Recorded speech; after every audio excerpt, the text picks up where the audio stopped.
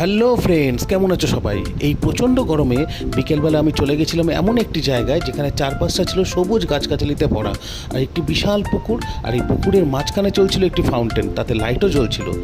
প্রত্যেক দিন বিকেলবেলা আবাল বৃদ্ধ বনিতা সমস্ত রকমের মানুষ এখানে এসে সময় কাটায়।